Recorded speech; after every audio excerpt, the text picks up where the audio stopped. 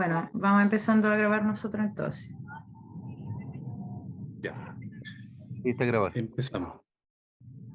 ¿Ya estamos? Bueno, para nosotros como Gremio Bioconstrucción de Chile nos es muy grato estar acá en este seminario. Somos de la directiva, yo soy Jorge Broughton, arquitecto, Marta Ricó, que también es arquitecta. Somos un gremio horizontal de Chile que agrupa a todos los bioconstructores de Chile. Tenemos vínculos también internacionales. Margarita también es parte del gremio.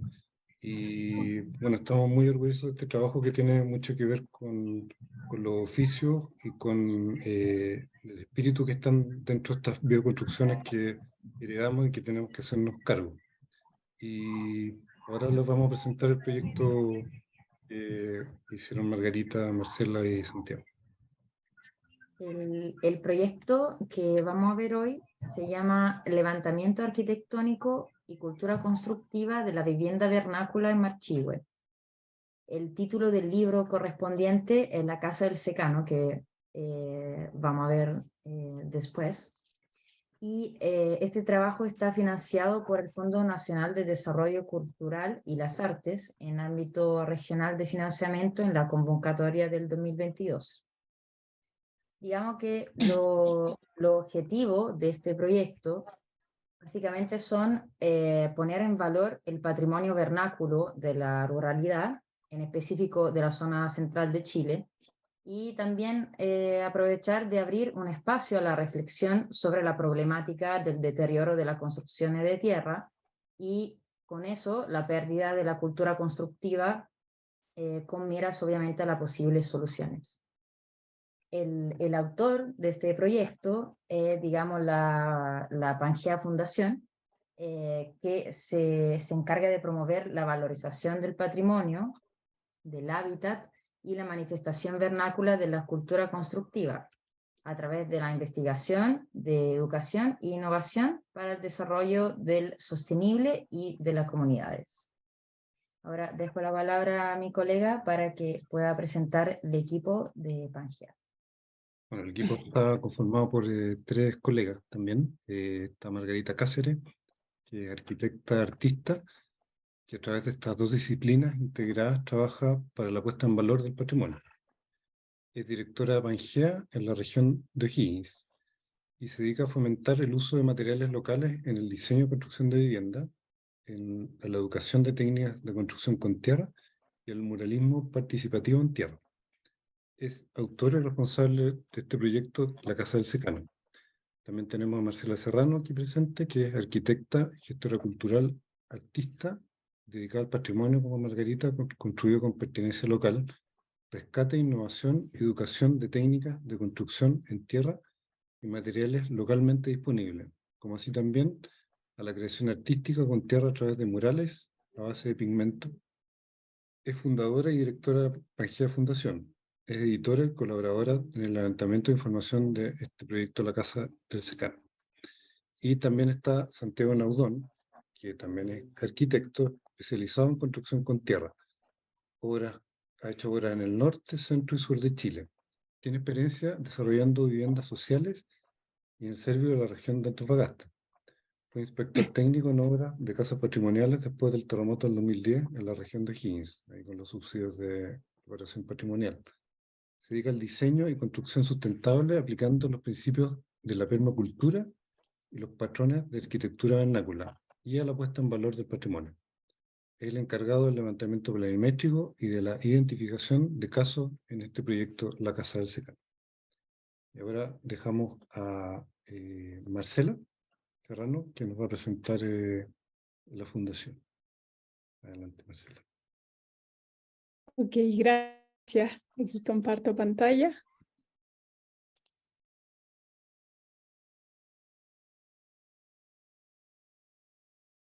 ¿Sí? ¿Ya está? Sí. Ya. Bien. Bueno, Pangea Fundación nace alrededor de 8 años atrás.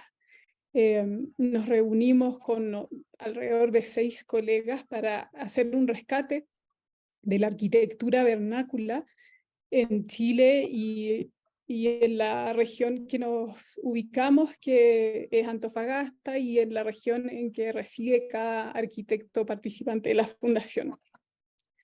Nos dedicamos al arte, al patrimonio, al rescate de las técnicas, a la arquitectura y al trabajo con las comunidades. Entonces, a través de estas aristas vamos rescatando el patrimonio tangible e intangible. Desde esta mirada del rescate de arquitectura vernácula, realizamos talleres de construcción con tierra. Rescatamos el patrimonio, lo documentamos, y en las técnicas que vamos desarrollando, las que mezclamos con sismoresistencia, tenemos una labor de difusión del patrimonio, en la que en estos talleres teóricos y prácticos le enseñamos a personas a construir de manera segura con las técnicas de tapial, adobe, quincha, revoques, tortas de barro, etc. Con la última capa de desgaste de las viviendas de tierra, hemos ido desarrollando una línea de muralismo, en la cual recogemos tierras de diferentes sectores, extraemos el pigmento y realizamos muralismo en las técnicas de revoque o pinturas de tierra. La que ven aquí es pintura de tierra. También realizamos innovación con materiales localmente disponibles. En este caso ven la caña, que es un material abundante en San Pedro. Y postulamos proyectos para realizar experimentación y que otros profesionales también vengan a compartirnos sus técnicas y desarrollar, digamos, construcciones con este material. Este es un proyecto del 2019. Y en el que vamos a profundizar hoy es en la puesta en valor y documentación de la arquitectura vernácula. Aquí vemos la aldea de Tulor, que tiene 3000 años, unas viviendas tradicionales en San Pedro de Atacama, que son las que inspiraron y abrieron la línea de investigación que pretende poner en valor y visibilizar el patrimonio en riesgo que existe en todo Chile, ¿no? Partimos en Antofagasta a través de la casa en el Ayllu. Entonces la casa en el Ayllu, investigación realizada en San Pedro de Atacama, es la casa tradicional que existe en los antiguos barrios agrícolas de San Pedro. Entonces esta primera investigación quiere abrir a la reflexión, a la discusión y a un pensamiento crítico del patrimonio construido. Nos detenemos y reparamos en la casa, en la vivienda como tal. Las dos investigaciones, la vivienda del Secano y la del Ayllu, retrata y rescata casas del habitante, repara en sus elementos arquitectónicos, en sus materiales, en los espacios relevantes y en los factores climáticos y la cultura social y comunitaria que nos retratan, digamos, la vida que da origen a esta vivienda que es propia del lugar. Aquí vemos el contexto socionatural, ¿cierto? Que en este caso fue los Ayllus de San Pedro de Atacama. Entonces, retratamos y rescatamos la vida que da origen a esta vivienda particular, a los materiales y a las formas constructivas. Analizamos los emplazamientos y los elementos constructivos a su alrededor, tanto naturales como construidos por el hombre. Antiguamente el hombre estuvo mucho más ligado a la naturaleza y con ella dio origen a la vivienda vernácula, utilizando todos los elementos y materiales localmente disponibles. Entonces, a través de los relatores pudimos acceder también a cómo fue el uso de las viviendas y cuál fue esta vida, en particular el trabajo que hizo nacer la arquitectura vernácula de un territorio. Los espacios relevantes, elementos constructivos, materiales, dan cuenta de dónde se emplaza, de dónde mira la vivienda y cómo fue ese tipo de vida. Aquí, por ejemplo, vemos mueble en obra donde se instalaba el fogón, un pequeño fogoncito para iluminar la vivienda, o la sala multiuso, que se utilizaba desde dormitorio hasta para celebrar cumpleaños y funerales, etc. Para elegir las viviendas utilizamos varios criterios. Uno de ellos es que la vivienda ojalá esté lo menos intervenida posible, para poder dar cuenta de las técnicas, los materiales y el tipo de vida que hubo en ese espacio. Los materiales vernáculos son muy importantes, los detalles constructivos también es otro criterio. La antigüedad o valor histórico del inmueble. Por ejemplo, aquí nos encontramos también con una vivienda que tenía exactamente la misma techumbre que la de Pedro de Valdivia, que estaba en la plaza, y así vamos indagando y adentrándonos en la investigación. Para investigar utilizamos la metodología de etnografía, que consiste en ser una observación participante. Entonces hacemos salidas de campo en las que tomamos notas, dibujamos, hacemos observaciones y reflexiones con los relatores y con la comunidad. Entonces, a través de estas observaciones es que logramos el registro y logramos esta mirada particular de cada vivienda en el territorio. Entonces, buscamos siempre detalles interesantes y que sean viviendas de habitantes comunes y normales.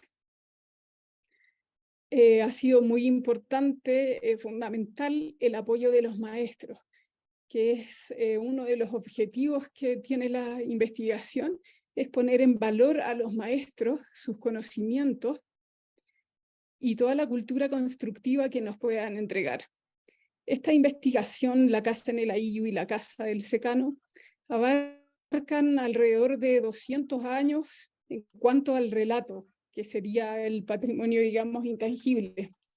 Hoy día los maestros tienen 80, 70 años y nos relatan cómo sus abuelos y ellos, cómo los abuelos construían y cómo ellos aprendieron a construir, heredaron las técnicas, etc. Entonces, este rescate que se hace hoy pone en valor ese conocimiento, y además que muchos de ellos se están muriendo y con ellos perdiendo el conocimiento.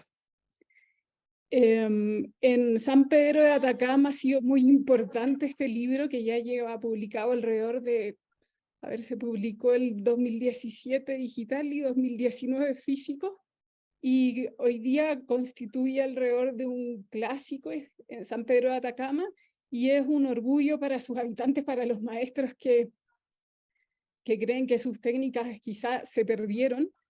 Hoy día están totalmente orgullosos de participar y les levantan la autoestima y ponen en valor de nuevo este oficio. El libro también concluye con las reflexiones del arquitecto autor, en este caso la Casa del Secano Margarita, y en la Casa en el Ayllu también pueden encontrar las reflexiones de la vivienda del norte. Y también algo del patrimonio intangible. En el caso de San Pedro nos encontramos con cosas como pedir permiso al Licancabur antes de hacer un herido en la tierra, hacer el pago a la tierra, ¿cierto?, donde se le ofrenda a los abuelos a la tierra y al volcán que está enfrente, las casas orientadas frente al volcán siempre. Esos detalles interesantes que son parte del patrimonio intangible y de la cultura constructiva de una comunidad, es lo que queremos retratar.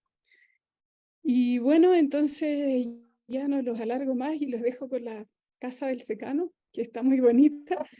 Así que Margarita ahí los adentrará en las técnicas que encontramos de adobe, los cimientos, los sobrecimientos, los techos de álamo, cubiertas de tejas, pinturas de cal, los revoques de tierra y los empolvollados de marchihue. Dale, Margarita. Bueno, sí. Gracias, Marcela.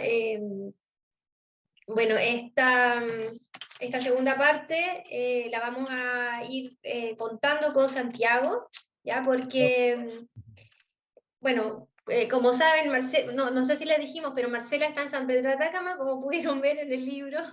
Yo estoy en Marchihue, Santiago está en Concón, y bueno, nos conectamos online y vamos trabajando. Y Santiago vino a Marchihue, él ya tiene una relación con este lugar, y juntos fuimos descubriendo las casas. Entonces fue un proceso muy entretenido, recorrer todos los campos, recorremos 15 sectores, son 33 sectores en la comuna, pero de los cuales 15 eran los que tenían más viviendas vernáculas, y pudimos darnos ahí a través de este proyecto el tiempo para ir y encontrar esos tesoros. Hay lugares que uno jamás se imaginó, casas que uno jamás se imaginó que están tan cerca, y uno nunca las vio. Es como yo me sentía como similar a quizás lo que puede sentir un arqueólogo cuando va descubriendo ruinas. Así que ahí, Santiago, nos puedes contar un poquito más sobre el contexto de Marchihue desde tu perspectiva, que tú no eres local, entonces esto como de venir de afuera te hace quizás poner más atención en ciertos aspectos de este lugar que es tan particular. ¿Compartes tú el libro o si quieres lo comparto yo como tú quieras? Yo lo comparto. Bacán. Sí. Claro, pues yo vivo acá en Concón, participé en la casa en el Ayiu, en San Pedro de Atacama, y pasaron cosas como bien entretenidas, como en San Pedro encontramos más casas en ruinas o un poquito más abandonadas. Acá encontramos que todas las casas tienen uso. Las casas que no tienen uso pasan a ser bodegas. Y eso en Marchihue hizo que todas las casas tuviesen algo de vida. El grano y el guardar el trigo, el maíz o la paja es como tan importante como ser habitada. Aquí está el plano, en el fondo, con los casos visitados. Si ven Marchihue, los puntos rojos son las viviendas que encontramos, que seleccionamos, que son las 5 viviendas, de 15 o de 25 viviendas que revisamos, sacamos fotos y levantamos como la historia. Al final quedaron estas 5. Y donde está la mancha más grande, donde está el número 3 y 4, ese es el centro de Marchihue, más o menos para que se ubiquen. Entonces, todos los sectores están como a 15, 20 kilómetros. Tenemos que pensar que Marchihue también no tiene como una red de locomoción pública muy buena. Entonces, cada sector es bien alejado, como que la gente que vive en halcones no se relaciona mucho con la gente de otros sectores. Entonces, son villorrios donde, en el fondo, son como comunidades casi. Eso a grandes rasgos. Como para poder explicar un poco, estoy medio resfriado. Marchihue pertenecía a la comuna de Colchane, que es donde están todos los viñedos y donde está este valle Colchagua. lleno de Colchagua, lleno de uvas y vino. Pero después ya se separa y pasa a ser de Cardenal Caro. Entonces se separa un poco y ya se tira un poco más hacia el lado de Pichilemu y pasa a ser como un punto de paso entre toda la gente que viene desde Santiago a Pichilemu. Eso es hoy. Y antiguamente ahí estaba la estación del tren.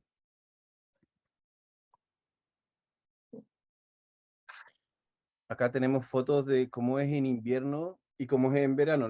La foto de arriba es en verano y la de abajo es invierno. Entonces tenemos estaciones marcadas y también se ve atrás la casa con tejas, que en el fondo es por la lluvia.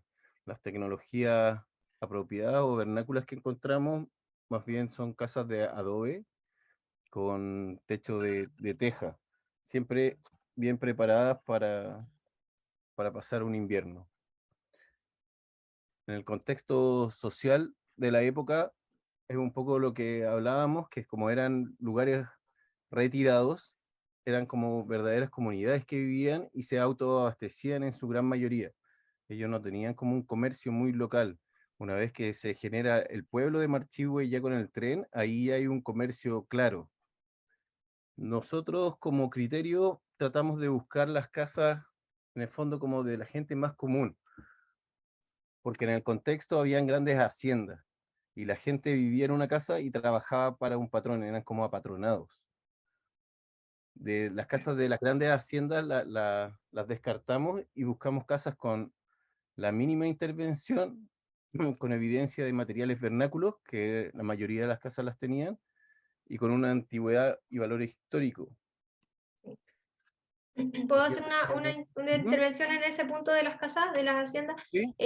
Nosotros hemos visto que hay en el gobierno o las instituciones que trabajan con patrimonio hacen mucho rescate de las iglesias, ¿cierto? De las grandes casonas, se destinan recursos y se estudia bastante, pero estas casitas como perdidas que son del habitante común rural, de lugares donde es casi desconocidos, que con suerte están en el mapa, nos llaman mucho la atención porque no están tan estudiadas. Y es lo que pasó en San Pedro de Atacama, lo que mostraba Marcela. Son casas muy interesantes, son realmente como estudios que no se han hecho, entonces esa es la razón por la cual descartamos las casas de la hacienda, no porque no nos, o sea, tienen como otro valor también muy histórico. Acá en Marchihue hay una que se llama, hay un hotel que se llama Residencia Histórica, que lo restauraron adecuadamente, y realmente es como una pequeña ciudadela, era un centro administrativo muy importante en la conformación del pueblo, pero eso ya es como es como que la pura hacienda histórica da como para un libro entero, porque sí, es otro ámbito de estudio, eso quería No, como agregar.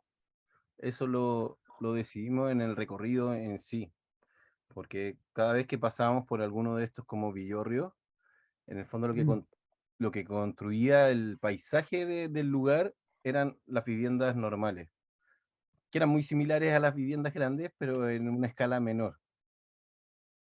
Sí. Entonces ese fue como nuestro criterio en el fondo.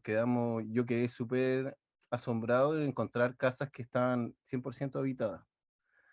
De casas que estaban habitadas en el fondo que quedaron afuera era porque estaban demasiado intervenidas. Entonces ahí tuvimos el otro criterio, tratar de buscar casas que no tuviesen una intervención muy, muy nociva. Sí. Como adelantando dentro de las intervenciones, como lo más clásico y que también es malo, es como el revoque de cemento. Eso lo encontramos en varios lados, pero las casas en sí se mantienen con todos sus elementos intactos. Sí, también agregar que, bueno, hay ciertos oficios y cultivos muy propios de este lugar, de secano, que secano en el fondo las precipitaciones son escasas, los cursos de agua son estacionales, ya los esteros se secan en verano, por eso se llama secano costero, porque la humedad de la costa no logra, choca con la cordillera de la costa y no logra llegar hasta Marchihue. Si bien estamos cerca de la playa, como a 40 kilómetros, la cordillera no deja pasar esa humedad y se forma un clima diferente, ya que es este secano costero. Y bueno, el trigo, hay ciertos cultivos, por ejemplo la uva se da muy bien aquí para elaborar vino, chicha, la crianza de corderos, legumbres, chacras, higueras. Bueno, yo creo que tiene su dificultad, ¿cierto? Pero también tiene como un valor grande y ciertas frutas también que se dan muy bien. Y ahí Ponemos una también, foto para que vean. sí, bueno, esa. Claro, en el contexto territorial, en el fondo son grandes praderas que en invierno son muy verdes y en verano son muy amarillas. Entonces el agua no es que brote, sino que es el agua lluvia que se va acumulando en verdaderos esteros. Entonces la vida era alrededor del agua, de estos esteros. Y la construcción también. O sea, todos los adobes se hacían donde había agua. O cerca de una vertiente, las casas se ubican cerca de una vertiente o donde pudieran encontrar, hacer una noria. Claro, eso con el tiempo ha y bueno, cambiado. Los grandes esteros se han secado y ha cambiado un poco el sistema de claro, vida y lo que logró también que fuera tan vernáculo construir con tierra, porque necesitamos tierra, pero necesitamos el agua. El agua en esos tiempos estaba cerca de todos estos villorros y todas estas construcciones. No es que se claro, viajara con el adobe a cada lado, sino que se construía cerca. sí. Si puedes contar un poco de los terremotos, yo voy a dejar de compartir para ver si puedo compartir desde la página Ya, que han quiero habido dos grandes compartir. terremotos y en esos terremotos han sufrido hartos daños las casas de tierra, como ya sabemos. El último fue el 2010 y en la reparación en el fondo como se estigmatizó un poco este tipo de construcción. Empezaron a haber muchas ampliaciones también, eso como dio a ver que todas las ampliaciones afectaban el sistema constructivo del adobe, que es como el tradicional.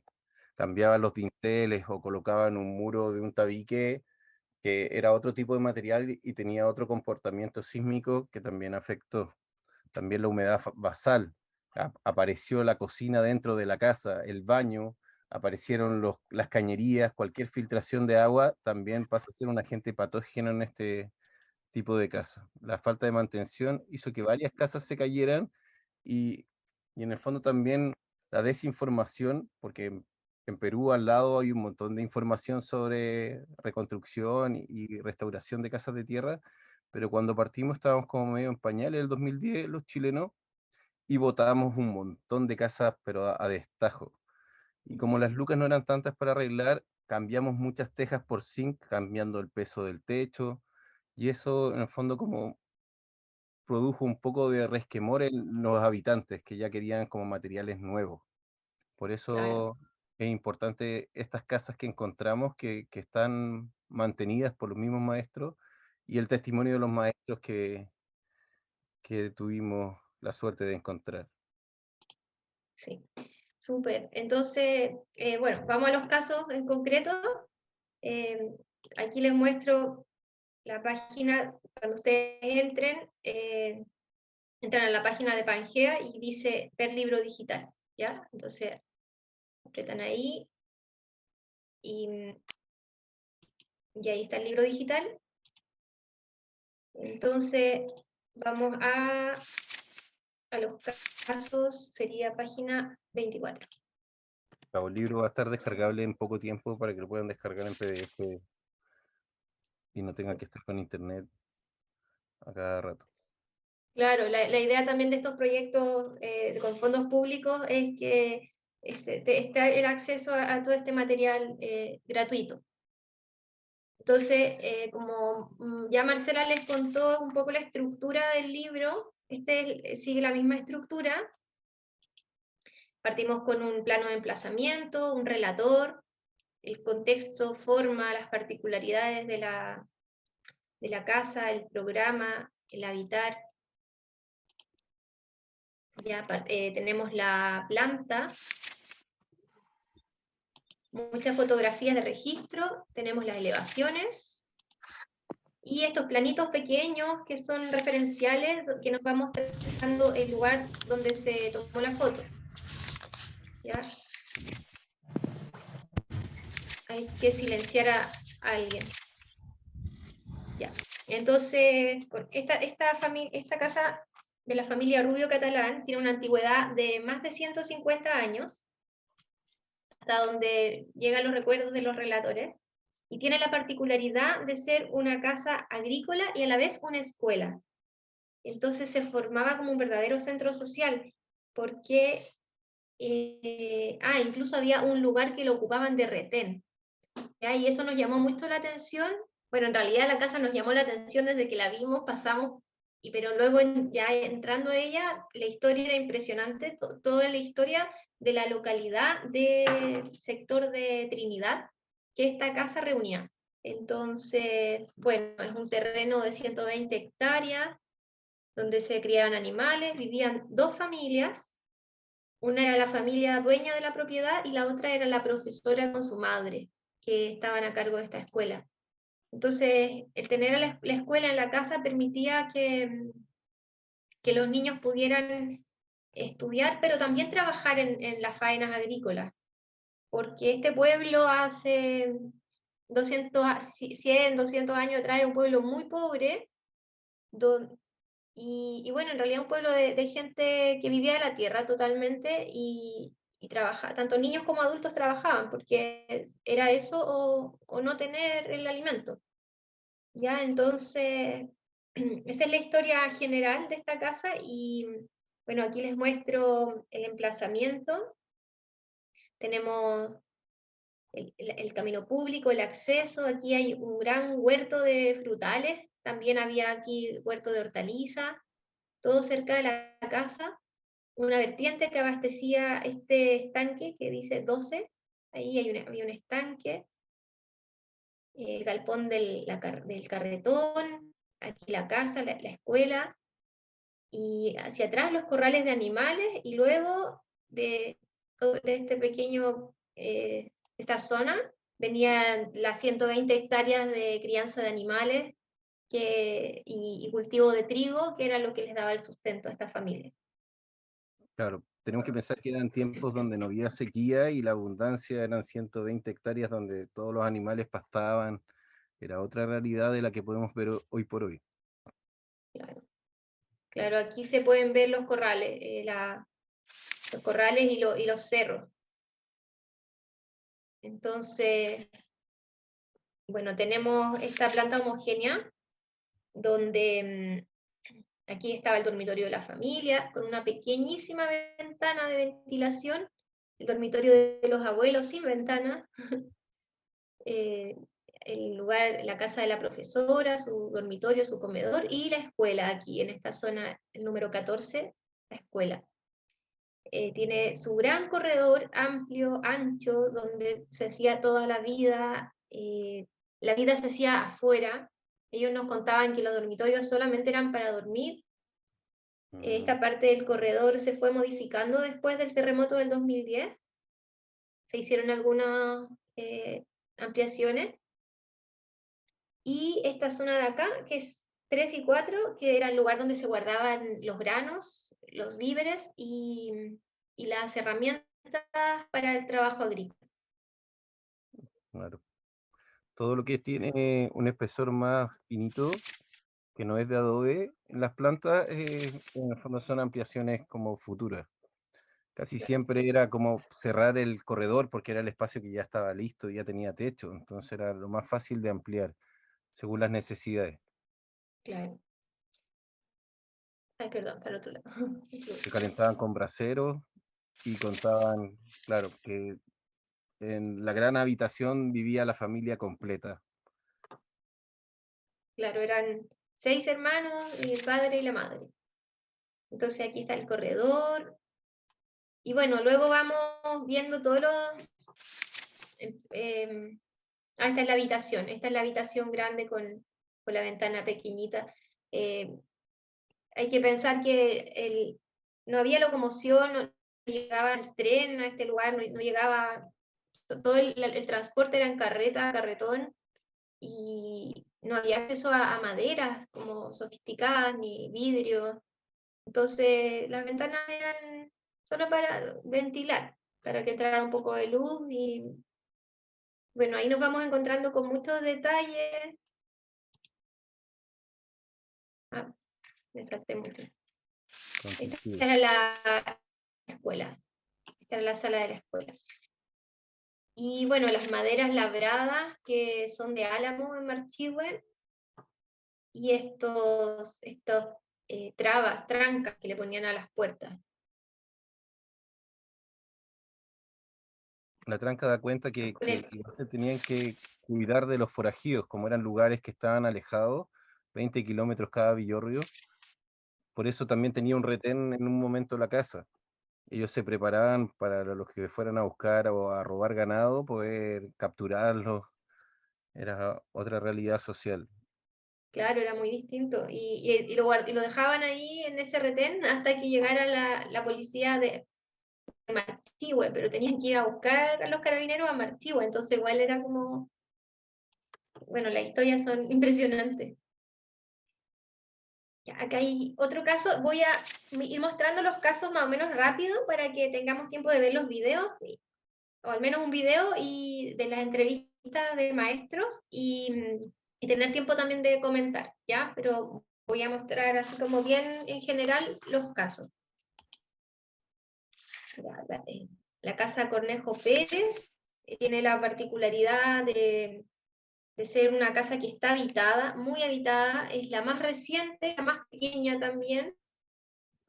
Claro, es testimonio de las últimas construcciones que se hicieron con estas técnicas y con una forma de vida donde se usaban los animales para transportar todo. Entonces nos cuenta la relatora aquí, la señora Nedina, que se trajo todo en carreta, desde Marchihue, las maderas, desde el ferrocarril hasta acá, todo en carreta o carretón. Y luego fue como de las últimas ahí en el barrio, entonces, que se hicieron con estas técnicas, y entonces la casa tiene 60 años, es la más joven y la más pequeña de la investigación.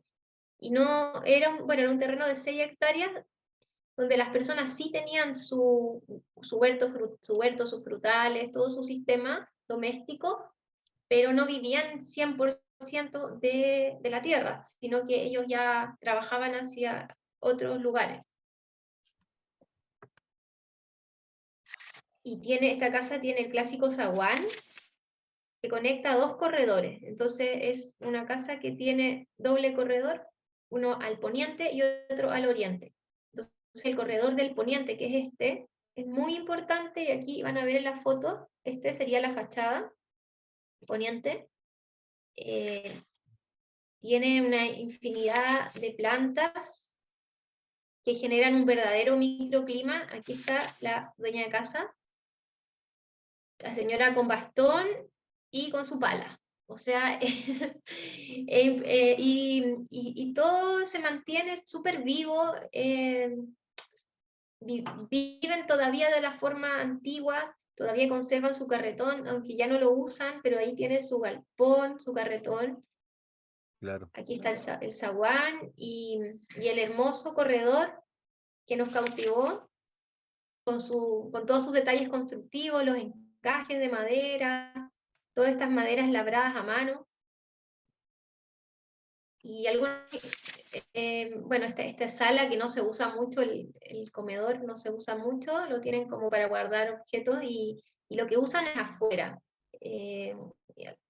Claro, como después del terremoto se cayó la cocina exterior, entonces ellos levantaron como este techo y armaron este nuevo fogón, que acá en Marchihue le llaman cimiento, se llama cocina de cimiento. Entonces, sí, el terremoto botó lo que había, pero ellos volvieron a construir algo muy similar, o sea, mantuvieron su sistema de vida que es exterior. Claro. El verde nos cautivó porque no solamente es comestible, sino que ella tenía muchas florcitas, mucho árbol. Es como la idea de antejardín, se veía muy habitada. Llegamos más bien por eso y porque el corredor estaba intacto. Y la familia que vive ahí eran 2 hermanas, la señora, entonces sigue manteniéndose como fue en un principio. Sigue siendo la familia nuclear que siempre la habitó. A mí en lo personal, Acá el tenemos, corredor que da a la calle con ese biombo verde fue increíble verlo. acá tenemos otro caso, la familia Silva. Este es un caso urbano, pero es como una isla rural que quedó como atrapada por el crecimiento del pueblo, y es un terreno de 31,5 hectáreas. Entonces, la carretera de la Ruta 90 divide este terreno, entonces son 25 hectáreas de cerro y 6,5 están en el plano, la planicie. ¿Ya? Entonces, acá vive toda una familia, y hay diferentes casas en estas 6 hectáreas, hay varias casas de otros hermanos, parientes, todo entre ellos. Y esta es la que más nos llamó la atención porque se ve desde la carretera y es un conjunto muy hermoso que tiene muestras de construcciones muy antiguas y otras que se fueron adecuando a la modernidad. Entonces, la particularidad, esa es la particularidad, ¿cierto? Que hay sistemas rústicos y sofisticados que conviven y que se muestran a través de una galería. Entonces la llamamos casa galería y que está aquí en el centro. Ahí, como pueden ver, está como las construcciones del conjunto y la galería que está aquí. Esta galería, al parecer, fue un corredor anteriormente, y esto es como la conclusión que nosotros vamos sacando, que con la llegada de nuevos materiales fueron modificando, como mejorando, entre comillas, ¿ya? Con baldosas, madera encielando, vidrios, y la vida ya se fue haciendo cada vez más adentro de la casa. Entonces nos da cuenta esta casa como de esa transición. Acá, por ejemplo, hay un muro que está estucado con cemento y que se está saliendo, se está desprendiendo totalmente el cemento. Pero ellos tenían esa intención de mejorar. Hubo una época, como decía Santiago delante, en que muchas casas de barro se estucaron con cemento pensando que iba a ser mejor, y finalmente, en la mayoría de los casos, eso provocó la acumulación de humedad y provocó que en el momento de un sismo la casa estuviera débil. Y bueno,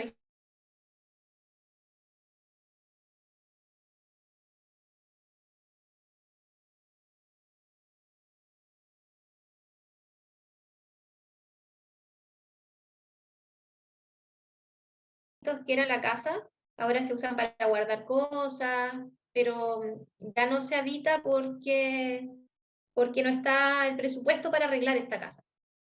Y bueno, nosotros tenemos el sueño de que de alguna forma, a través de estos proyectos, incentivar a otras personas o nosotros mismos, no sé, de alguna forma lograr que estas casas se arreglen, porque realmente valen la pena. Esta es como una casa en transición, como de lo vernáculo a la casa ya construida como moderna. Tiene un estanque de agua que es vertical, de cemento, eso acusa que ya había cemento, aparecen cerámicas dentro de la casa, entonces tiene como esta riqueza, antes de que desapareciera como todo el sistema de vida, porque el sistema de vida está intacto en esta casa y es igual a las demás, tiene su bosquecito frutal, tiene sus gallineros, tiene como todos sus elementos que componen como la resiliencia en el lugar, solamente que tiene como elementos más modernos. Sí, como como esta decoración. Sí, aquí se ve como el techo súper cuidado, de teja, que cuida la estructura, y este otro que no tiene techo y que ya se está cayendo, que era una ampliación de panderetas como de un corredor, y que en el fondo los corredores acá, cuando los ampliaban, los cerraban con adobe en pandereta o adobe parado, le dicen acá, tabique de adobe. Y aquí está el galpón, donde todavía guardan los fardos de paja para los animales. Aquí tienen ovejas, tienen acá también, hay un cuero de oveja, tienen un montón de herramientas y implementos que aún se usan. Y esta cocina que no está en uso, no. La familia que compró esta casa cuando llegó encontró esta cocina exterior, pero ya no estaba en uso, entonces quedó ahí. Y es la cocina de cimiento que se hace con adobe y es un clásico Marchihue.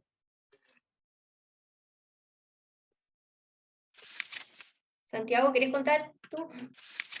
La casa 4, esta es una casa que está en el centro de Marchihue. Llegando a Marchihue desde Santiago, como la gente que va a Pichilemu, entra por una calle principal, que es arbolada, donde está la iglesia y todo, y en la entrada justo está esta esquina, y están este sistema de casas que son 5 volúmenes, los 2 volúmenes construyen la esquina. Si mostramos la foto para que vean la próxima página, ahí van a ver el corredor Claro, y van sí. a ver como la imagen que tenía esta casa, y ahí les podemos explicar más o menos de qué se trataba. Acá están.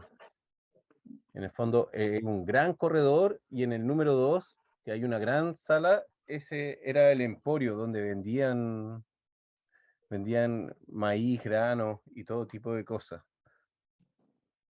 La mayoría Claro. de habitaciones eran talleres y pasaron a ser habitaciones con el tiempo, y el de al medio se nota muy bien la cocina, que era la cocina fuera de la casa.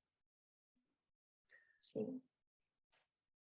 Ahí, Margarita, tú nos contaban que llegaban forasteros y se alojaban en el corredor era habitado, entonces compraban, les daban comida, y era como un lugar de encuentro para mucha gente ese corredor.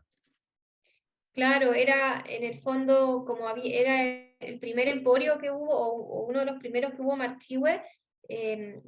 Las personas que venían a comprar o que pasaban por aquí esperaban locomoción en este corredor. La locomoción podía ser una carreta, ¿cierto? O podía ser algún vehículo escaso que pasara por ahí. En el año, creo que, a ver, fue en el 1965. 1965 recién comenzó a circular un bus al día. Entonces ahí las personas se ponían en ese corredor y la dueña de casa, que era la señora Rosa Cornejo, aquí les daba almuerzo, les invitaba a almorzar como de forma como muy solidaria. Y bueno, esta casa tiene como, fue todo un descubrimiento para nosotros, porque la familia dueña de este lugar conserva casi como un museo habitado. Conserva todo a la poniente, conserva los muebles que tenía la abuela, conservan el emporio, los muebles del emporio, este lugar donde se vendía chicha. Entonces, es un lugar muy interesante, y además una de las habitantes que conocimos, o sea, una de las integrantes de esta familia es Carolina Aguayo, que finalmente hizo el prólogo de este libro. Ella es socióloga y está terminando su formación en restauración. Entonces, fue un gran descubrimiento poder además crear estas redes de colaboración.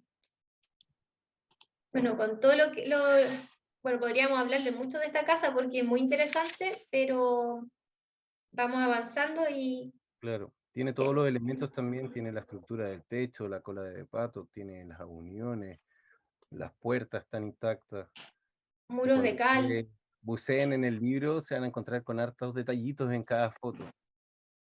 Claro, la cocina con su techo tiznado, la pintura de cal, los cimientos de piedra que están pegados con piedra y barro solamente, y así. Y bueno, llegamos al último caso, que es la casa de Gastón Lizana. Esta casa tiene la particularidad de ser una casa amurallada. Nosotros le llamamos así porque es una casa que está en medio de los campos, solitaria, no hay otra casa a la vista cerca, y no podíamos creer cómo alguien podía vivir ahí tan aislado hace 170 años atrás. Entonces, era como que hace pensar, ¿no es cierto? Hace como reflexionar lo interesante de la historia de este lugar también y de cómo se edificó esta casa en un lugar tan alejado. Y bueno, esta casa se caracteriza por tener un patio interior, que acá se ve más claro. Entonces, este patio está resguardado por un gran galpón, una casa y una muralla que estaba en esta zona, bueno, que acá se ve mejor, esta línea punteada era la muralla, ¿ya? Pero que ya no existe, están como los vestigios solamente. Ah, perdón, ahí están los vestigios de esa muralla y aquí se ven las ruinas del galpón. Claro. Si ves la Y la foto, casa... era un descampado, entonces el poder cercar y tener tu patio de resguardo era como súper importante, es como el corazón de la casa. Sí. Y la casa está en súper buen estado, o sea, el galpón y el patio se cayeron, pero la casa está en excelente estado. Y el propietario original, bueno, la familia original que edificaron esta casa ya no está, vendieron a otra persona que cría animales y guarda fardos de paja en la casa. Entonces la casa está llena de paja y tiene este pórtico gigante, grande, amplio, por donde cabían animales, cabía una carreta y podía entrar hasta el patio. Aquí está el pedacito de muro que queda, esta es el único, la única parte de la muralla que queda. Y sí encontramos otros casos similares, pero estaban todavía más derrumbados, en otros sectores también bien alejados, con estas murallas y estos Claro. patios. En esta casa encontramos ese tabique que se ve con los diarios pegados. Era un tabique que separaba el interior, que sí tenía diarios de 1900, que no era como un tabique que estaba construido ahora para separar el espacio, sino que tenía la antigüedad acusada por el diario estampado. Ahí se ve 1910, dice. Almanaque chino, 1910. Y bueno, y la cocina de esta casa estaba a un costado. Aquí en el plano pequeño se puede ver estos dos, este recinto chiquitito. Estaba como separada de los dormitorios por un pasillo, que es este pasillo, y todo tiznado. Entonces nos dimos cuenta que cocinaban en el pasillo. Aquí está lo que quedó del cimiento o del fogón. Y se ven los adobes como cocidos ahí, como más rojos. Bueno, hay muchos detalles constructivos que se pueden ir viendo en las fotografías, piezas de unión, trabajo de las maderas. El dintel aquí que está, bueno, no está muy bien empotrado este dintel, le faltaron unos 30 centímetros, pero igual está funcionando y esta casa ya ha pasado por lo menos 3 terremotos. Ujú. Y Y bueno, este, llegamos a la eso. parte de los maestros. Para contar que el que guarda en paja igual es como importante, porque la habitación donde guardaban los granos y donde guardaban la comida y lo que cultivaban, como en tamaño, en jerarquía, era casi tan importante como la habitación de la familia. En algunos era más grande donde guardaban el alimento que donde habitaban ellos. Eso es como bien, por lo menos a mí me llamó harto la atención. Claro, en este gran galpón, que aquí se ve plano, esta parte, estoy indicando, claro, ahí guardaban el alimento de los animales y también guardaban a los animales, como a los corderos pequeños, también porque, como en el invierno, a los caballos. Bueno, todos esos son los relatos que pudimos recoger. Y bueno, ahora les vamos a mostrar un video, pero no sé, tal vez hacemos una pausa cortita. ¿Retomamos, Margarita? ¿Sí? Ya. Ahora toca presentar los videos de las cápsulas de los maestros, que se van a presentar dos maestros, Gabriel Núñez y Héctor Castro, que nos van a contar cómo heredaron de alguna manera el oficio y cómo son portadores de esta transferencia de sistema constructivo y cultural. Así que adelante, pues tú pasas los videos, ¿no? Sí. Sí.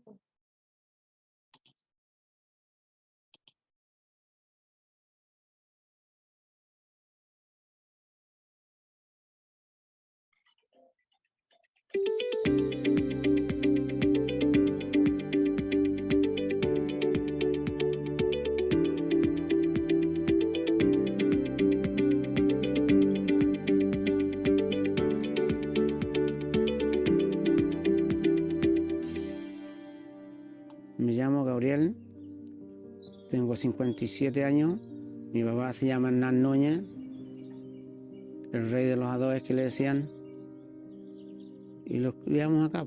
A los 9 años empecé a cortar adobes. Mi papi aquí antes cortaba con otro caballero, pero a la orilla del estero, al fondo ya. Entonces después el caballero se enfermó y no quiso más arrendarle. Lo hacían a media, los adobes. Entonces mi papi dijo, yo voy a trabajar por las mías, dijo.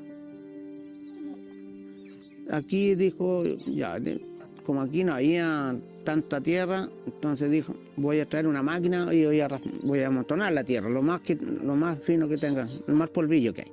Entonces, como había grea, hizo ese pozo y él hacía, mezclaba la tierra con la grea. Y aquí se vendió harto todo, hizo harto todo y va bien. O sea, él no hacía por hacer, no. Digamos que una persona hacía una casa y a un Hernán le decía, necesito 3.000 adobes. Y le hacía los 3.000 adobes. Y llegaba otro pedido, otro caballero le hacía otra cantidad de adobes. Así fue trabajando. Y aquí era una cancha y esto estaba lleno de adobes. Usted cortaba a los 2 días, a los 3 días paraba el adobe para que se secara más rápido y lo amontonaba. Después llegaba el dueño, el comprador, llegaba y cargaba y llegaba. El barro se hace con caballo, se pisa con caballo, que tiene que quedar un barro, el ligocito, bien ligocito, con harta paja, y la firmeza con harta paja, porque la paja es lo importante para las dos, la paja. Si usted no le coloca paja a un barro, no sirve. Es un pozo que se hace, se ara aquí, se ara hasta por decir, hasta donde está la camioneta, ¿ya? Un día, por decir. De un ancho de unos 7 metros de ancho. Entonces eso se hace ahí, el pozo, se ara y se le echa agua, y se le echa bestia dentro de pisa, se le echa paja, mete las bestias, la paja se consume toda, después vuelve a echarle paja por capa, después se pisa de nuevo, después hace el mismo proceso, tiene que darle por lo menos unas 6 o 7, ahí se ve cómo está quedando el barro de paja, se hace el mismo proceso todo el tiempo. Y después eso se tapa con paja, ese barro arriba. Se tapa todo con paja, que quede más o menos una capa de unos 5 o 6 centímetros de paja. Se deja tapadito y después usted va a trabajar. Cuando va a trabajar va descubriendo lo que va sacando. Para cortar la adobe sacábamos barro en rastrón, con güeyes, a la cancha, ¿ya? Y ahí nosotros trabajábamos la adobe. Se trabaja con una horqueta, solamente con horqueta y nada, y la adobera. Después ese adobe uno se deja que se seque, se raspa, se para, se pone de canto y se raspa. Y de ahí se carga, cuando viene la gente a cargarlo, lo carga de la misma cancha, o si no había que arrumbarlo. Usted deja caer un adobe, el adobe que no se quebró, muy buen adobe. Y usted el adobe, uno coloca un adobe aquí y otro aquí y pone uno atravesado en medio, que quede en el aire ese adobe y se sube arriba. Ese adobe, si no se quebró, es buen adobe. Y cuando cargan los cargadores de adobe, cuando vienen a cargar, tiene que quebrarse con mucho que se quiebran unos 4, 5 adobes. Pero cuando hay adobes, hay personas que hacen adobe y se quiebran la mayoría del adobe, es porque no está bien hecho. No voy a empezar el proceso de los adobes. Sí.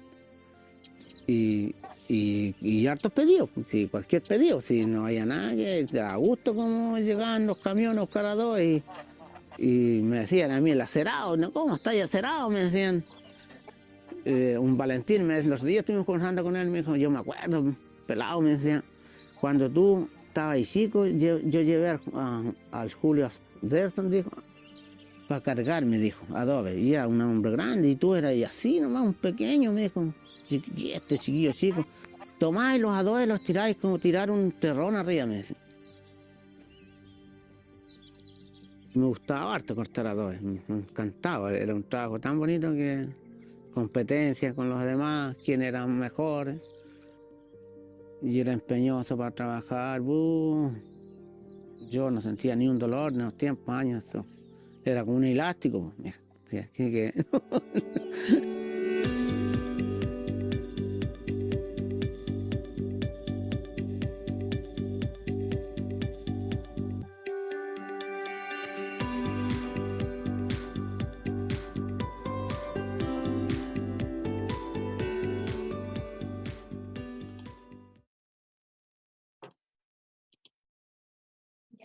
¿Cómo estamos de tiempo? ¿Hay tiempo como para ver otro? Está presupuestado pasar el de Héctor Castro. Sí, Sí, ya. sí, después vienen las conclusiones del proyecto y después los comentarios o preguntas. Ya. Como Héctor Castro. Entonces, tengo que poner optimizar. Se veía bien, no se cortaba, ¿cierto? Sí, se ve Todo bien. bien, sí, sí. Ya. Entonces, este maestro que vamos a ver, bueno, el que vimos anteriormente, esa fue la última fábrica de adobes que existió en Marchihue, y afortunadamente está él vivo. Entonces, él todavía es una persona joven que tiene mucha posibilidad de traspasar sus conocimientos. Eso es lo que a nosotros nos interesa, que él primero se valore como en su oficio, que la comunidad lo reconozca y que se traspase, que no se mueran estos oficios tan bonitos. Y el maestro que vamos a ver a continuación se llama Héctor Castro y es el más anciano de los que entrevistamos, y bueno, él lamentablemente está muy enfermo. Entonces eso también nos hace reflexionar de lo importante que es rescatar a tiempo, porque pues después ya puede ser demasiado tarde. Entonces, aquí se los dejo.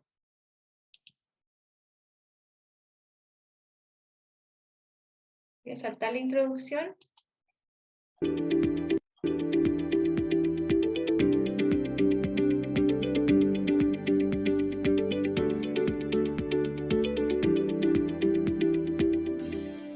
Yo soy Héctor Castro Soto, del pueblo de Marchihue, viejo maestro en barro, adobe, cal, todos esos componentes que tenía la construcción antigua.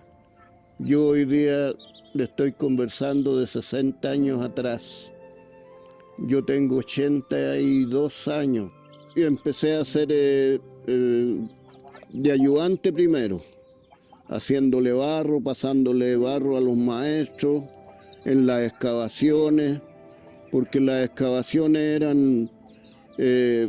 tenían una profundidad de sus 60 centímetros y se les rellenaba con piedra de cerro y también con barro claro para que después quedara eso, el cimiento y sobrecimiento compacto, para que la humedad no dañara el adobe hacia arriba. Entonces eso, de ahí de ayudante, después yo empecé a hacer pequeñas cosas como ya queriendo ser maestro de adobe y de barro y de todas esas cosas. Y de ahí fui hasta que llegué a ser maestro, lo que así fue mi vida de maestro unos años, hasta que llegó la construcción moderna sólida. Antiguamente, yo cuando empezamos a hacer las casas de adobe, era un adobe grande, de 80 centímetros más o menos de largo por 40 de ancho. Y después de a poco se fueron alivianando esos materiales porque los entendidos, los que trabajaban como jefes de obra, cosas así de adobe, decían que era un material de más ponerle tanto muy grande los adobes y se fueron bajando las medidas, 60 por 30, supongamos, una cosa así, hasta que después llegó a un adobe chiquitito. En esos tiempos se usó mucho una madera que estaba en los ferrocarriles, que se llamaban durmientes, se les ponía por el peso que tenían y cómo se ponían debajo de las líneas de los trenes. Y eso se usaban como dintel arriba para las puertas y para las ventanas. La escalarilla vino como después, al final, se vino a usar esas cosas. Antiguamente eran para las puertas, se usaba un taco de un madero que se cortaba al ancho del adobe y se le ponía como una patita de madera y encima iba el otro adobe. Entonces tenía 2 maderos arriba y 2 maderos abajo, y ahí se clavaba el marco de la puerta, ¿sí? Y arriba era lo mismo, para sujetar la techumbre se hacían esos maderos que le digo yo del ancho del adobe y con patas. Entonces las últimas corridas se le ponía el madero ese y así se le ponía encima de las patitas de las tablas esas el adobe y ahí se clavaba la enmaderación. Entonces quedaba todo compacto eso, sí.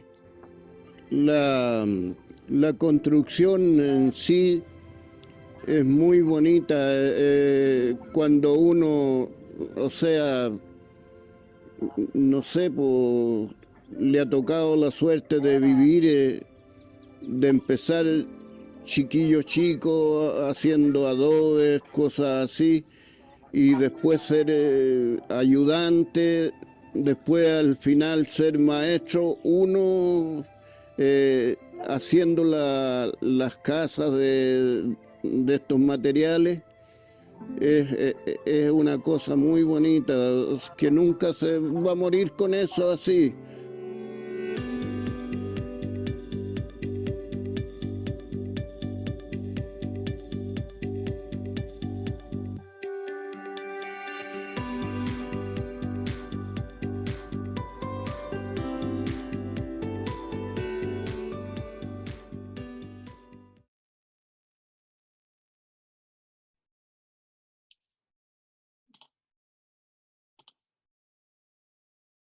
Súper.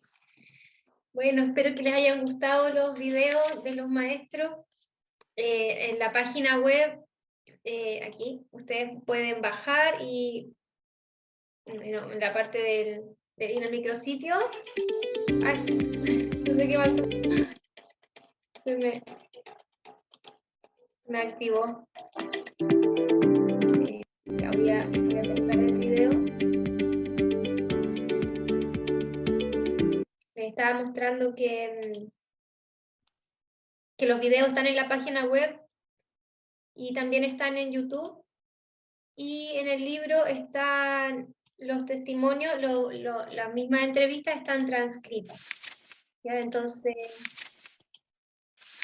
están en varios formatos como para poder acceder a ese registro y desde esos relatos ir sacando conclusiones, porque bueno, igual hay una jerga local también, no, para nosotros es importante ese rescate también de la jerga local y en el libro hay un glosario donde se explican esas palabras tan específicas de este lugar.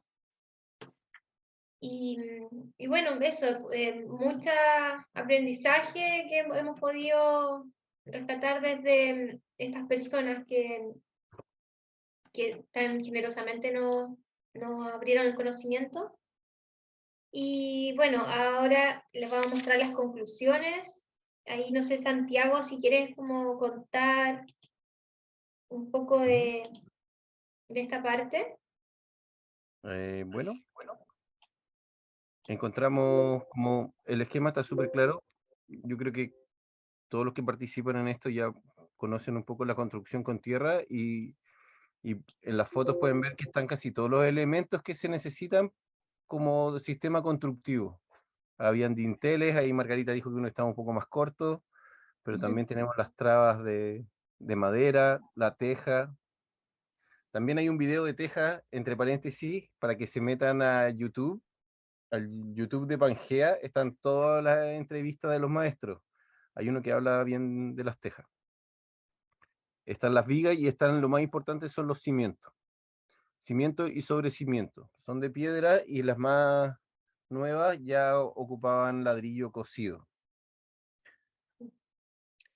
Tenemos el muro de adobe que ya sabemos que es un principio de esbeltez. Mientras más ancho es mayor la altura. En el video escuchamos que lo fueron achicando, él dice los expertos, porque en el fondo en los conversatorios nos contaban que aparecieron como unas casas Servius que eran de adobe. Si bien Servius no las fabricaba, como que las promovía y tenía un adobe un poquitito más chiquitito y era como una autoconstrucción. Ahí tú me corriges, Margarita. Sí, era así. Que me equivoco, claro. Entonces salieron casas que eran como modelos de la casa grande, que eran un poco más grandes, un poquito más chiquititas, con un adobe un poco más chico, y esas, la mayoría se cayeron, encontramos solamente una en un lugar bien alejado, que no, al final no está en el libro, no está en muy buen estado. Sí. Tenemos el pilar, el corredor, como ahí dibujó Margarita, justo caben 2 personas, era un corredor amplio, en el fondo también cabía una mesa. Cuando no era urbano era el lugar donde se hacían los quehaceres y que la señora iba a tejer, era donde colocaba su lugar de su máquina para tejer o el que quería trabajar en lo que fuese, sucedía en el corredor. Entonces, súper importante. Está la base de piedra como elemento también en el sur. La madera no llega directo al suelo porque por capilaridad, por los vasos, en el fondo se empieza a pudrir, sube el agua, entonces es bueno aislarlo del suelo. Ahí si me Sí. ayudas, Margarita. No, que el elemento que más, que en algunas casas, esta base la encontramos de hormigón, porque no era tan fácil conseguir una piedra labrada, entonces a veces los dejaban como directo al piso, esos pilares, y son como el elemento que más necesita recambio. Entonces, los pilares que vamos encontrando no son siempre los originales de la casa, porque, o sea, casi no hay pilares originales porque esos son los que más se ven afectados por la lluvia. Entonces, en pocos casos está la base de piedra o si no la de hormigón. Y bueno, aquí también el piso de tierra, ¿cierto? Tierra compactada, que yo igual tengo memoria de, siendo niña, de haber visto como eso como algo igual habitual en Marchihue. Y las vigas, que acá le dicen, le dicen viguetas. Ujú. La llave, la solera superior, que acá le llaman llave, que está empotrada ahí también en el barro, y más adelante vamos a mostrar esas piezas de unión que se llaman soquete, lo que decía el maestro recién, que son unas maderas que se quedan como incrustadas en el muro. Entonces, bueno, encontramos adobe acostado, que le dicen acá, ¿cierto? El pandereta, de adobe parado, Claro. cimientos sobre cimientos de piedra, mortero de barro, techos de madera de álamo, cubierta de teja, revoques, empolvillado y pintura de cal. Y el empolvillado vendría a ser como el revoque fino que conocemos en bioconstrucción, y acá se le llamaba así. Claro, el adobe acostado, el sistema constructivo del adobe, y el adobe parado son como los tabiques, Claro. cuando ya está parado, y normalmente eran ampliaciones o los cerramientos de los mismos corredores, que se transformaban en galería. Cuando ya apareció el vidrio, como en la casa más moderna que vimos, aparece la galería y el corredor pasa a estar cerrado. Sí. Y con respecto a las dimensiones de los adobes, todas las casas tenían dimensiones diferentes. Los casos que vimos anteriormente. Había, por ejemplo, una que tenía adobes de 55 por 40, otra y por 10 de alto. Otra que tenía adobes de 50 por 90 y 8 de alto. Habían de 60 por 80, o sea, como que no había una medida estándar. Normalmente uno maneja la medida que es como 60 por 30, que es como la medida que se popularizó con las casas del subsidio rural, es 60 por 30 por 10 de alto, y que después se fue reduciendo incluso, pero en las casas más antiguas no había como un adobe, porque, bueno, ellos muchas veces lo hacían más intuitivo o lo hacían en el adobe en la misma obra, entonces no había un estándar. Y bueno, esto ya lo vimos en el video, ¿cierto? Como la fabricación. Luego en este capítulo vamos mostrando las técnicas constructivas locales, ya que tienen bastantes diferencias con las técnicas constructivas de la investigación anterior en San Pedro de Atacama. Acá por detalles así como muy específicos, como por ejemplo de dónde se traía la piedra, que es una piedra angulosa, que la sacan del cerro del sector de Tierruca, o que la sacan del estero. Entonces, todas esas pequeñas datos son los que finalmente ellos manejan, y son las cosas que acá uno necesita saber cuando va a construir, porque no sirve ir a comprar bolones de río. Pero la importancia del barro claro, siempre hablaban del barro claro y el empolvillado. Claro, el El barro barro claro. claro, o sea, lechada o balbotina o barro más como mortero para poder pegar las piedras, para sellar. Claro, el barro claro era más líquido. Entonces, bueno, aquí también vemos el soquete. Le llamaban soquete a esta pieza. Como explicaba el maestro, es este listón chiquitito que se ve aquí, es un listón de unos 60 centímetros de largo que está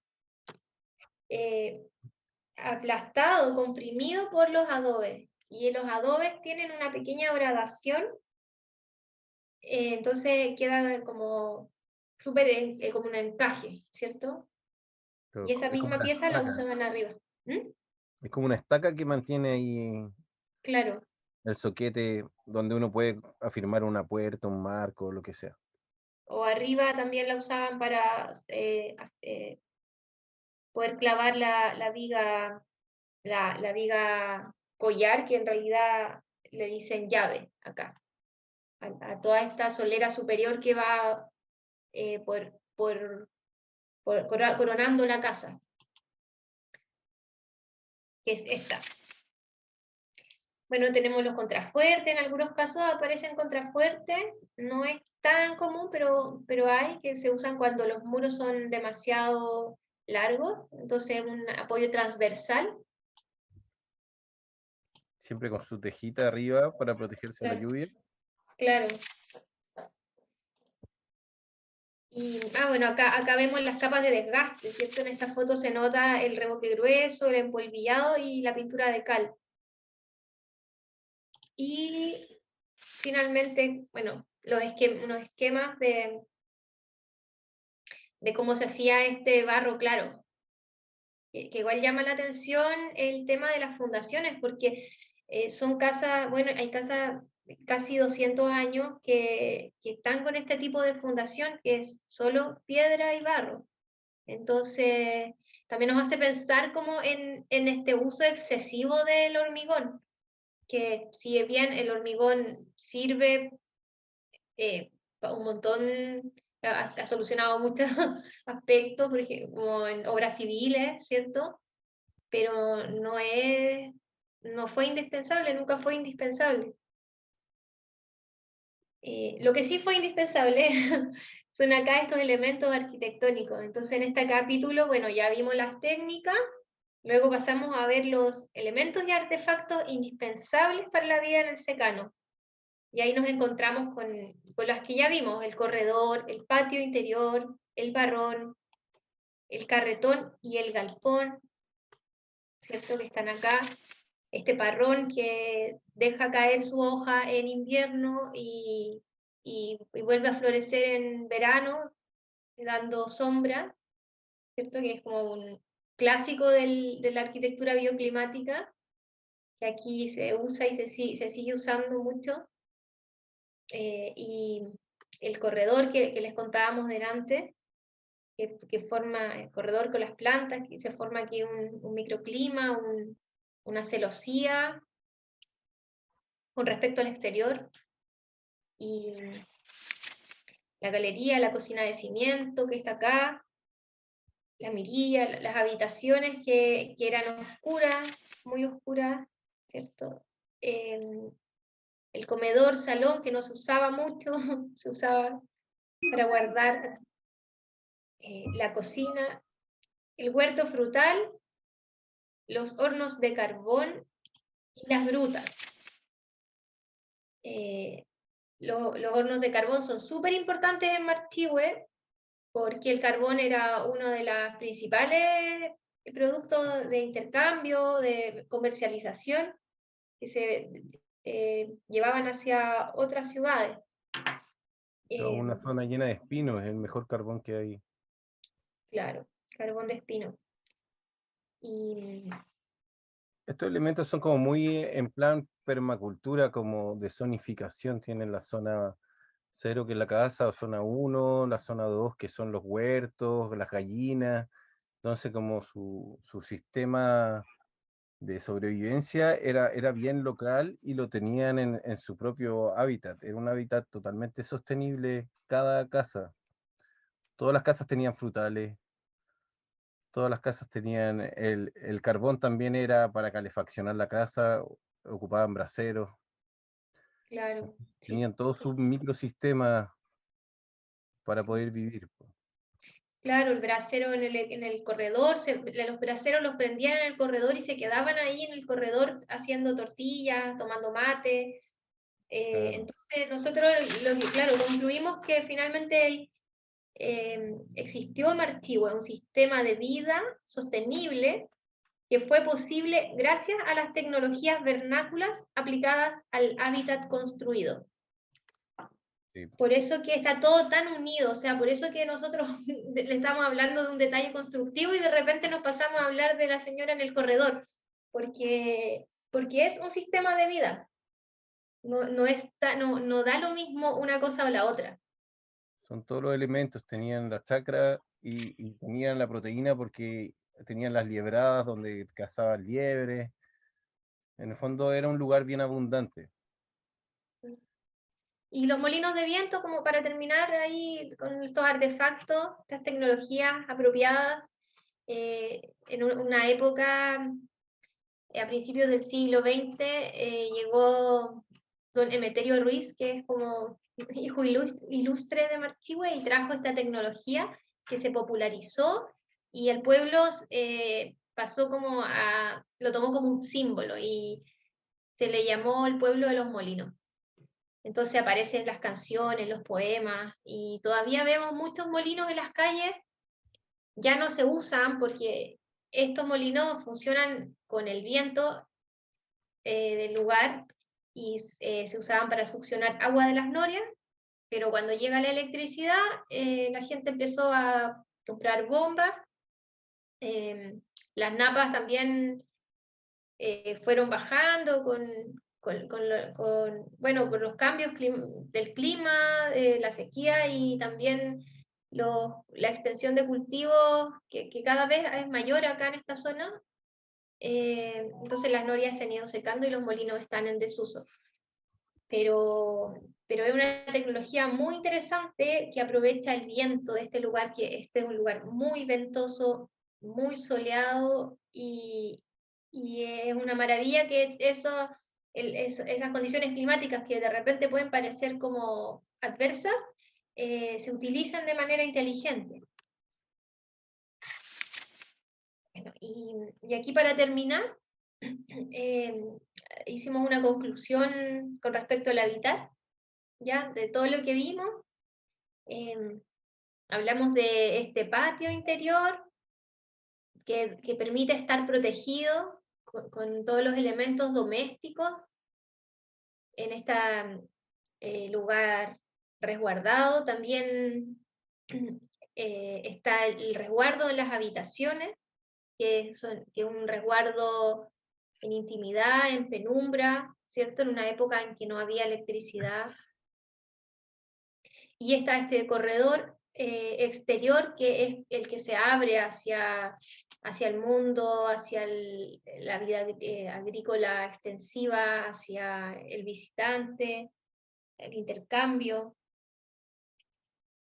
Y bueno, este sistema de vida con estos corredores tan importantes, que eran el espacio de la luz, ¿cierto? El que permitía desarrollar las labores en la luz, con la llegada de la electricidad se fue cerrando, ¿ya? Entonces aquí podemos ver cómo se fueron haciendo panderetas, se fue cerrando hasta que finalmente muchas casas terminaron así bien cerradas, y la vida que se hacía afuera se volcó hacia adentro de las casas. Claro, Entonces, aparece el vidrio también.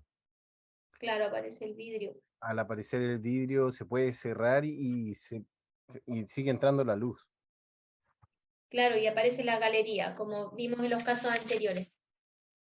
Aparecen ahí estas galerías. Entonces es bonito cómo la casa logra también adaptarse a los tiempos, a los cambios sociales.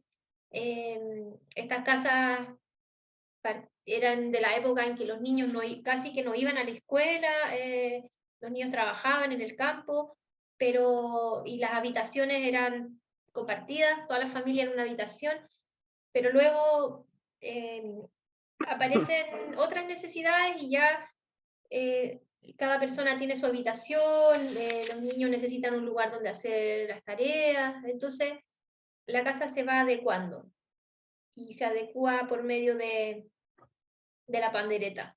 Entonces esto también nos hace pensar que sí, lo flexible que es la tierra como material, ¿cierto? Cómo la podemos adaptar a las condiciones actuales, cómo podemos innovar también con este material, y cómo podemos rescatar todas estas observaciones, estos elementos y todo este aprendizaje esta relación profunda del habitante con el entorno, como aplicarlo al día de hoy.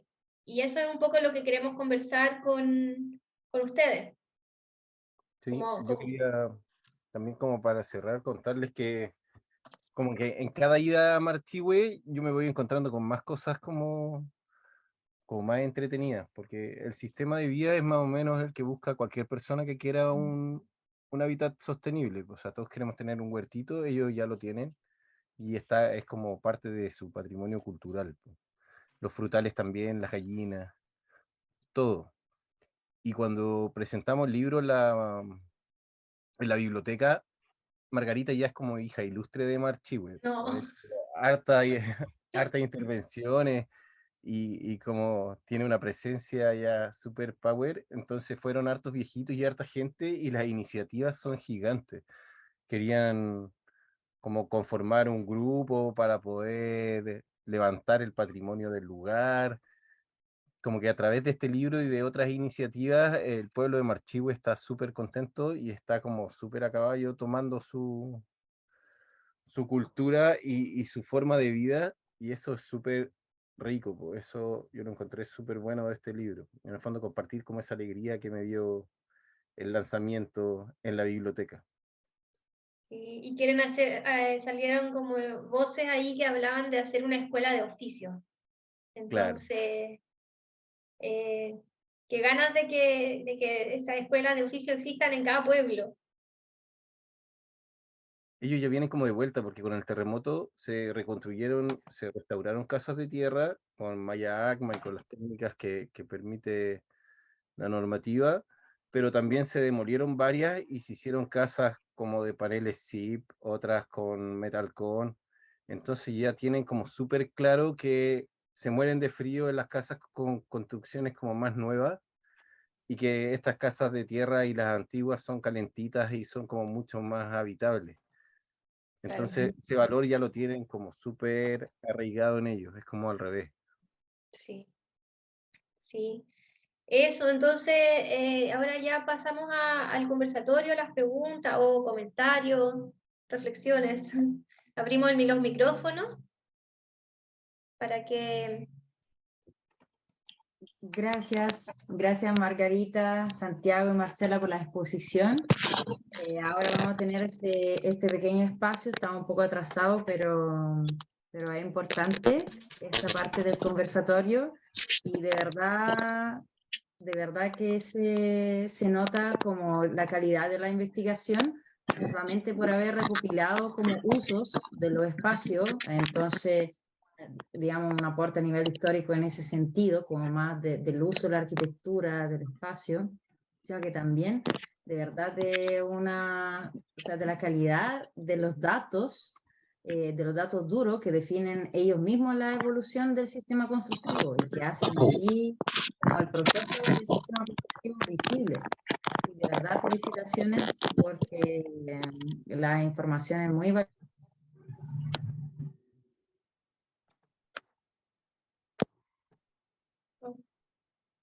Se te fue el audio, Marta. Sí, no se fue el audio. Sí, qué rico que les gustó. Fue harto trabajo y Margarita ahí hizo un trabajo con los vecinos increíble. Primera visita era como presentarse y en la segunda ya nos sentábamos a tomar un mate. Fueron hartas visitas, trabajo etnográfico ahí fue harto. Así que yo te felicito, Margarita, siendo parte del grupo, creo que fue increíble. Gracias. Estoy tratando de reactivar el audio. Ahí. Ahí. Sí, No sí, sé sí, qué acá pasó. seguimos con los comentarios entonces. Aníbal.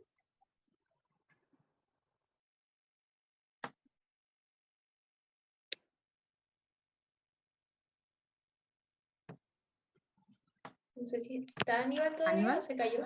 No, ¿te caíste? No, no se escucha. No, ahí está. Ahí. No se escucha, Aníbal. ¿Aló? Hola. Ahí sí. ¿Ahí sí? Sí. Sí. Ya, oye, está manejando, me detuve para hacer la pregunta.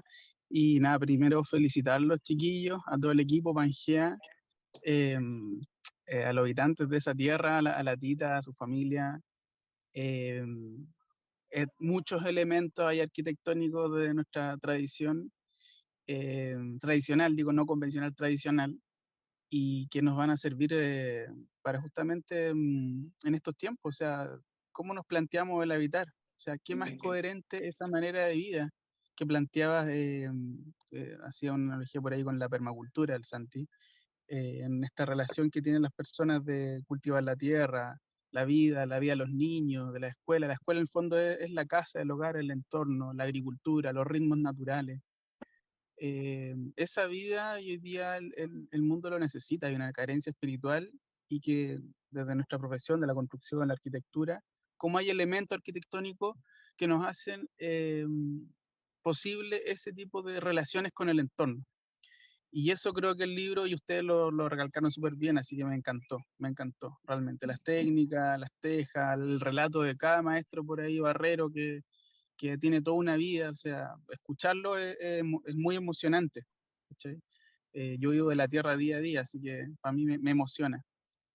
Mi pregunta va entonces a lo que es no la tierra, sino que sí, la tierra, pero caliza, la piedra caliza. ¿De dónde están sacando la cal? O sea, me pareció curioso que en culturas de tierra hay de repente por ahí cerros con carbonatos de calcio en donde artesanalmente quizás quemaron y obtuvieron óxidos de calcio y después apagaron y qué sé yo. No sé si han investigado algo por ahí, porque me imagino que de forma artesanal era la manera en que se trabajaba con cal. ¿O cuál fue la herencia por ahí de afuera que hizo y que se nos reveló la cal como material de construcción ahí para pintar y qué sé yo? ¿Qué pudieron encontrar ahí al respecto? Esa es mi pregunta, la verdad.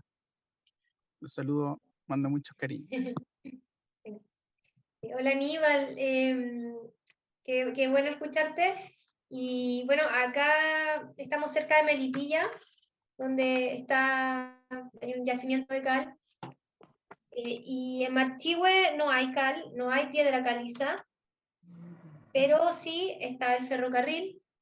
Y en su tiempo muchos materiales llegaron por ese medio. Los maestros nos contaban que antiguamente solo se empolvillaban las casas, que era como una especie de revoque fino, con una tierra muy, muy finita. Entonces, la cal llegó en un momento, pero no fue como desde siempre. Y claro, sería súper interesante poder buscar antecedentes de hace 300 años atrás, pero esta investigación va hasta los 200 años atrás solamente. Entonces, pudimos contactar a una persona que sí tiene más antecedentes sobre construcción en quincha, que acá le dicen quinchos, y hablan como de trabajar con huascazos, que es como tirar el barro y pegarle con un cuero, con una rama, entonces el quincho y los huascazos. Y en esa época, claro, seguramente que la construcción era más rústica y no hay casas que estén en pie, entonces no hemos podido llegar a eso todavía, pero bueno, esperamos poder seguir investigando en este lugar. Sí. Oye, sobre la cal, también Marchihue, a mí me tocó como inspeccionar algunas obras después del terremoto y habían casas gigantes. O sea, las casas patronales era otro nivel de tecnología. Y eso también chorreaba las casas chicas que son las que nosotros levantamos, que era como la casa más del pueblo. Entonces, si se ocupaba cal en Europa, sin duda alguna, en Marchihue, en una casona, se ocupó cal también como un revoque en la casona. Y si es que funcionó en la casona, también derivó al pueblo. En el fondo, eso es como para que se entienda. La casa Perfecto. patronal tenía tecnología de primera y por eso también el sistema constructivo del adobe es como muy al callo, pues tienen dinteles, los techos, como labraban la madera, está como todo bien hecho, como casi de manual. Vale, muchísimas Igual, gracias. Ahora, Nahuel tenía la mano levantada. Hola, ¿cómo están? Hola Margarita, ¿cómo Hola, estáis? hola. Justo voy a bajarme. Estaba arriba una tabla. Hola al equipo, felicitaciones, me encantó la presentación. Me llegué un poco tarde, pero me gustó harto. Quería hacer unos comentarios porque de pronto escuché por ahí que hablaban de la cotidianidad en base también a la casa, ¿no? Como lo que se va dando en el cotidiano vivir. Y nosotros manejamos mucho un concepto que se llama patrimonio. Y un tiempo estuve reflexionando acerca de que esa palabra igual como que nos separa un poco de lo que es el pasado. Eso yo lo reflexioné en Arica viendo las momias chinchorro y vi ellos que tejían con totora y con ciertas fibras sus cestas, todo. Entonces a partir de ahí reflexioné qué es lo que me separa a mí hoy si tengo los mismos materiales en el humedal de yo fabricarme esas bolsas y cestas, ¿no? Y llegué a la conclusión que en realidad el patrimonio como que nos divide un poco, nos separa y la palabra que encontré como que era más adecuada era como una herencia ancestral. Cuando heredamos es como que nos hacemos cargo de mantener ese conocimiento vivo. Cuando lo miramos como desde la palabra patrimonio es como que la estudiamos, la clasificamos, la investigamos, la mesuramos, ¿no? Pero cuando hablamos de herencia es como que meto las manos al barro y hago las dos. Entonces como que eso quería compartir desde esa perspectiva. Un poco darle vuelta a la palabra porque de pronto así también a partir del lenguaje creamos una realidad en la que revivimos los conocimientos antiguos y los traemos al presente a través de nosotros mismos. O sea, el tiempo pasó, pero las cosas están igual. Ahí está la arcilla, ahí está la cal, ahí está la tierra, ahí está el agua, está la paja, está todo como para que retomemos. Y habían también ciertas cosas que me llamaron la atención, por ejemplo, los cimientos, que tú mostrabas como una argamasa de piedra con barro, muy profunda. Eso también es como que es transversal, como que se ve mucho en varias construcciones de acá del norte también. Yo estoy en La Serena, pero he estado restaurando en el Elqui y en el Altiplano, pero más para el lado de Arica. Y también hemos visto esos patrones. Y lo que decía el Santi, que también los materiales con los que se hacen, de repente cuando vamos a terreno y no sabemos mucho de la historia del lugar, nos encontramos con casas que tienen técnicas o materiales constructivos muy finos. Y ahí se nota las lucas, se nota quién invirtió, quién tenía dinero y podéis sacar una idea de quiénes eran los que habitaron ese territorio que manejaban la parte económica. Eso también es como verlo desde atrás para adelante, por así decirlo. Tú no sabes quiénes son las casas patronales, pero lo puedes ver a través de los materiales que utilizaron. Y ahí sacáis una idea de la historia del pueblo. Entonces es súper interesante el relato histórico y me parece valioso en ese sentido, Margarita, lo que tú decías de cómo con la cocina, con las costumbres del habitar, van conversando ambas cosas. Eso es súper interesante como para tener un relato de pronto como más antropológico, quizás como más de las costumbres tradicionales, antiguas. Eso les quería como compartir y conversar. Gracias. Saludos. Que estén muy Gracias. bien. Que bacán, son herencias constructivas, pues, mejor que patrimonio constructivo. Sí, sí, tiene razón. O sea, yo también siempre me cuestiono la palabra patrimonio, pero es como una convención en este momento. Pero ¿por qué patrimonio y no matrimonio? No sé por qué siempre desde el padre, y qué pasa con la madre. Ah, Pero yo te puedo ayudar con eso. claro. Ah, ya, súper. Pero son Porque, convenciones también. sí, porque una vez me tocó dar una charla en Ecuador de este tema y estaba promoviendo el patrimonio ético, que es como cambiarle las calles a las calles que están con gente que fue como conflictiva, como Pedro Valdivia, cosas así. Un patrimonio ético, pero el patrimonio viene justamente, pues viene de la raíz de pater, de patri, y tiene que ver con la definición, dice, los bienes que tú adquieres como herencia familiar. Entonces hay un discurso también que va de la mano de los bienes que heredas. En el fondo te estás metiendo también con como la parte económica. Entonces ahí hay un discurso que fortalece a la visión más de los bancos, como la parte económica, ¿cachai? Si tú tienes una casa, tú puedes tener como de algún modo un bien frente al sistema que te lo puede poner en valor y tú tenés lucas. Entonces por ahí va, ¿cachai? Y por eso a mí en lo personal no me gusta, porque nos saca un poco de la visión más tierra, más campesina, más orgánica, ¿cachai? Es como para meter todo en el sistema, de algún modo. Ponerle un valor dentro del sistema. Mira, está interesante. Gracias. Gracias por la... ahora que no hay ninguna mano levantada, quería saber si Carolina Aguayo está por ahí. No sé si estará por ahí. Hay una Carolina, pero no sé si es ella. Hola Margarita, estoy con muy mala Hola. señal, pero te saludo y bueno, felicitarles de nuevo. Cada vez que los escucho encuentro más riqueza en su trabajo, así que muchas felicitaciones. Ya. Sí, que igual Carolina, no sé si podrías como contarnos quizás un poquito de tu participación en el proyecto. Como... Sí, bueno, yo soy parte de una de las familias de la Casa Cornejo Rojas, ¿ya? Entonces me enteré por casualidad que estaban investigando la casa en Marchihue. Yo había estado un tiempo atrás estudiando un poco, acercándome a la casa cuando estudié restauración.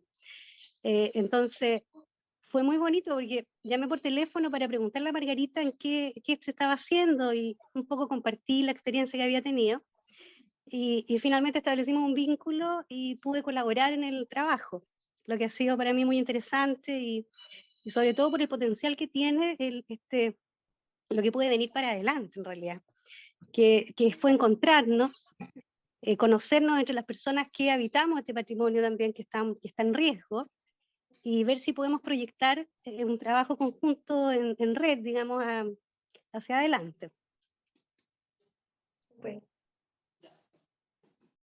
Súper, gracias. Sí.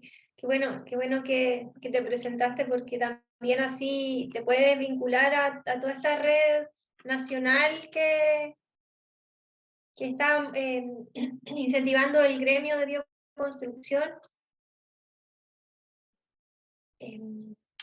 Así que súper bueno. No sé, quizás ya estamos llegando al término, si no hay más preguntas. Ahí Jorge o Marta. Sí, bueno, por el lado de nosotros del gremio estamos súper entusiasmados con esta investigación. Lo que hablan ustedes del patrimonio intangible yo creo que está muy presente aquí en este libro y ojalá que se siga difundiendo en otros lugares donde no está el acceso a la revalorización de estos sistemas constructivos. Es súper necesario para que la gente que vive actualmente en casas de adobe sepa el tesoro que tienen. Así que, pucha, encantado de la invitación que nos hicieron a participar y a crear estos vínculos con ustedes y ojalá con más comunidades tan intencionadas en este aspecto. Eso. Súper. Súper.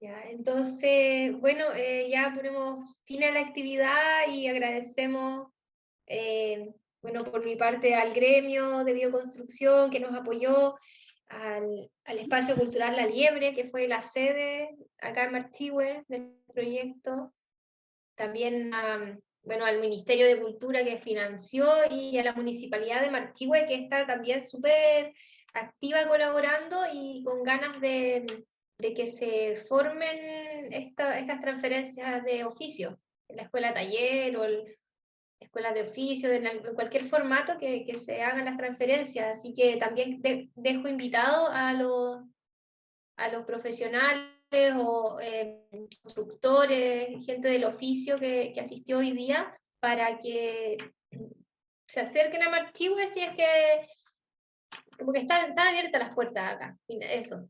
Somos poquitos acá los que estamos trabajando en estas temáticas, siempre hay carencia de profesionales, así que son muy bienvenidos a este lugar. Siempre vamos a ir contando también qué sucede e invitándolos acá en cada momento. Eso. Ya cerramos entonces, Marcela. Sí, todo bien. Muchas gracias a los moderadores por la organización, a ustedes por la exposición. Bueno, quédense pendientes en la página de Pangea porque desde hoy en la noche ya va a estar de libre descarga el libro La Casa del Secano. Y los videos de los maestros también están ahí disponibles para consulta. Pueden ver también los de la casa en el Ayllu en San Pedro de Atacama, descargar en la casa en el Ayllu también. Así que digital es todo gratuito y libre para que se entusiasmen y se metan ahí en el tema de la vivienda vernácula. Súper. Buena. Ya, y los que estén por el norte, ahí también pues, se pueden contactar con Marcela y seguir haciendo redes de trabajo. También allá son poquitos los que están en la temática, así que... Somos poquitos. Así que ahí muchas gracias y bueno, nos vemos. Nos seguimos encontrando. Chao. Chao. Gracias. Muchas gracias. Chao, que estén bien. Gracias. Chao. Nos vemos. Chao.